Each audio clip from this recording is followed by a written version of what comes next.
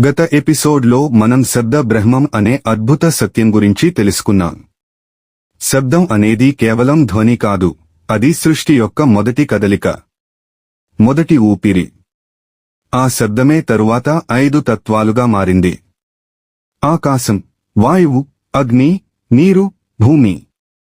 ఇవి కేవలం పదాలు కాదు, ఇవే జీవానికి రూపం ఇచ్చిన దేవశక్తులు. ఇవే మన సృష్టి యొక్క మూలం. ఈరోజు మనం తెలుసుకోబోతున్నాం పంచభూత రహస్యం, అంటే సృష్టి ఎలా రూపం దాల్చిందో ఆ ఆధ్యాత్మిక, శాస్త్రీయ రహస్యం. కానీ ముందుగా మీరు సనాతన సీక్రెట్స్ యూట్యూబ్ ఛానల్ను సబ్స్క్రైబ్ చేయండి, లైక్ చేయండి, షేర్ చేయండి. మీ అభిప్రాయాలను కామెంట్స్లో రాయండి. మీ లైక్ ఒక దీపం వంటిది. ఆ దీపం మరో మనసులో వెలుగు వెలిగిస్తుంది. ఇప్పుడు ఆ శబ్దం ఎలా రూపం దాల్చిందో, ఎలా ఆ శబ్దం నుండి విశ్వం పుట్టిందో తెలుసుకుందాం. ఓం నమః శివాయ. మొదటగా పుట్టింది ఆకాశం. ఆకాశం అంటే స్థలం. అది శబ్దానికి గర్భం, స్థితికి ఆధారం. శబ్దం వినిపించాలంటే స్థలం కావాలి. అందుకే భగవంతుడు మొదట సృష్టించినది శబ్దం ప్రతిధ్వనించే ఆకాశమే. వేదాలు చెబుతున్నాయి, ఆకాశం లేకపోతే శబ్దం ఉండదు, శబ్దం లేకపోతే సృష్టి ఉండదు. మన మనసు కూడా ఆకాశంలా ఖాళీగా ఉన్నప్పుడు దానిలో సత్యం ప్రతిధ్వనిస్తుంది. ఆకాశం నుంచి పుట్టింది వాయువు, అంటే కదలిక, జీవం యొక్క మొదటి నిశ్వాసం. ప్రతి గాలి తాకుడు, ప్రతి శ్వాసలో ఉన్న జీవశక్తి ఆ వాయువు యొక్క ప్రతిరూపం. శ్వాసను ఆపితే జీవం ఆగిపోతుంది, కానీ శ్వాస కొనసాగితే జీవం కొనసాగుతుంది. వేదాలు చెబుతున్నాయి, ప్రాణో వై అగ్నిః, ప్రాణమే జీవశక్తి. గాలి అంటే కేవలం గాలి కాదు, అది శివుడి ఉచ్ఛ్వాసం. వాయువు కదిలినప్పుడు ఘర్షణ పుట్టింది, ఆ ఘర్షణలోంచి పుట్టింది అగ్ని. అగ్ని అంటే కేవలం జ్వాల కాదు, అది ప్రకాశం, జ్ఞానం, శక్తి యొక్క చిహ్నం. వేదాలు చెబుతున్నాయి, అగ్నిర్వై దేవతానాం ముఖ్యం, అంటే ప్రతి దేవునిలో ఉన్న స్ఫూర్తి అగ్నియే. మనలో ఉన్న ఆత్మజ్యోతి, మన ఉత్సాహం, మన ఆలోచనలు, ఇవి అన్నీ అగ్ని తత్వం యొక్క ప్రతిబింబాలు. అగ్ని అనేది మార్పు యొక్క సంకేతం, అది చీకటిని వెలుగుగా మార్చుతుంది. ఓం నమః శివాయ. ఓం. అగ్ని తాపం పెరిగినప్పుడు ఆవిరి పుట్టింది. ఆ ఆవిరి చల్లారినప్పుడు పుట్టింది నీరు.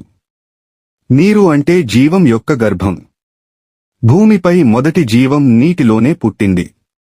వేదాలు చెబుతున్నాయి, ఆపః సర్వమిదం జగత్, అంటే ఈ జగత్తులో ఉన్న ప్రతి జీవి, ప్రతి శరీరం నీటితోనే నిర్మితమైంది. నీరు శాంతి, ప్రేమ, స్వచ్ఛత యొక్క రూపం. అది తీసుకుంటుంది, పంచుతుంది, కానీ తాను ఎప్పుడూ స్వచ్ఛమే ఉంటుంది.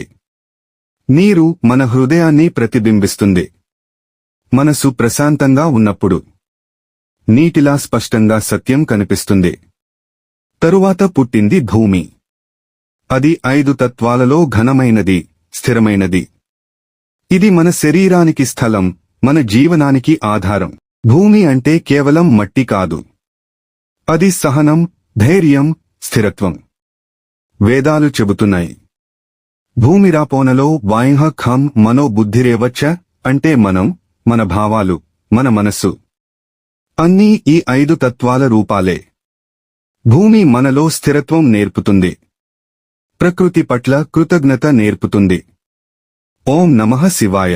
ఈ 5 తత్వాలు వేర్వేరు అయినా ఒకదానిలో ఒకటి మిళితమై ఉన్నాయి. గాలి లేకపోతే అగ్ని ఉండదు, అగ్ని లేకపోతే నీరు మారదు, నీరు లేకపోతే భూమి జీవం ఇవ్వదు, భూమి లేకపోతే ఆకాశం శూన్యం అవుతుంది. ఇవి అన్నీ ఒకే శక్తి యొక్క 5 రూపాలు. అదే శివశక్తి.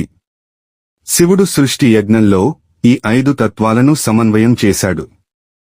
ప్రతి జీవిలోనూ ఆ శక్తి ప్రవహిస్తుంది. మనిషి కూడా ఈ 5 తత్వాల ప్రతిబింబమే. మన శరీరం భూమి, మన రక్తం నీరు, మన శ్వాస వాయువు, మన ఆలోచన అగ్ని, మన ఆత్మ ఆకాశం. మనలోని ప్రతి కదలిక, ఈ తత్వాల సమన్వయమే మన జీవితం ఈ 5 శక్తుల సున్నిత సమతుల్యత మీదే ఆధారపడి ఉంటుంది. వాటి సమతుల్యం లోపిస్తే మన లోకంలో అసమతుల్యం పుడుతుంది. ధర్మం అంటే పంచభూతాల సమతుల్యత. సత్యం అంటే వాటి సూత్రాన్ని అర్థం చేసుకోవడం. మనిషి ప్రకృతి పట్ల గౌరవం చూపితే అతడు దేవుడితో ఏకమవుతాడు.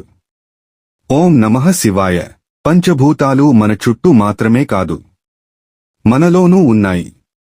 భూమి మన శరీరం, నీరు మన రక్తం, వాయువు మన శ్వాస, అగ్ని మన ఆలోచన, ఆకాశం మన ఆత్మ. ఇవి అన్నీ కలిసినప్పుడు జీవం పుడుతుంది. మన లోకంలో శాంతి, ధర్మం నిలవాలంటే ఈ 5 తత్వాల మధ్య సమతుల్యత అవసరం. సృష్టి అర్థం చేసుకోవాలంటే ప్రకృతిని గౌరవించాలి. ప్రకృతిని గౌరవించాలంటే మనలోని శివశక్తిని గుర్తించాలి. ఇవే వేదాలు, ఉపనిషత్తులు, శాస్త్రాలు చెబుతున్న అసలు సత్యాలు. శివుడు ఈ 5 తత్వాలలో ఏకమై ఉన్నాడు. అందుకే ఆయన్ని పంచభూతేశ్వరుడు అంటారు. మనలోని ప్రతి శ్వాసలోనూ శివుడు ఉన్నాడు. ప్రతి ఓం లోనూ ఆయన ప్రతిధ్వనిస్తాడు.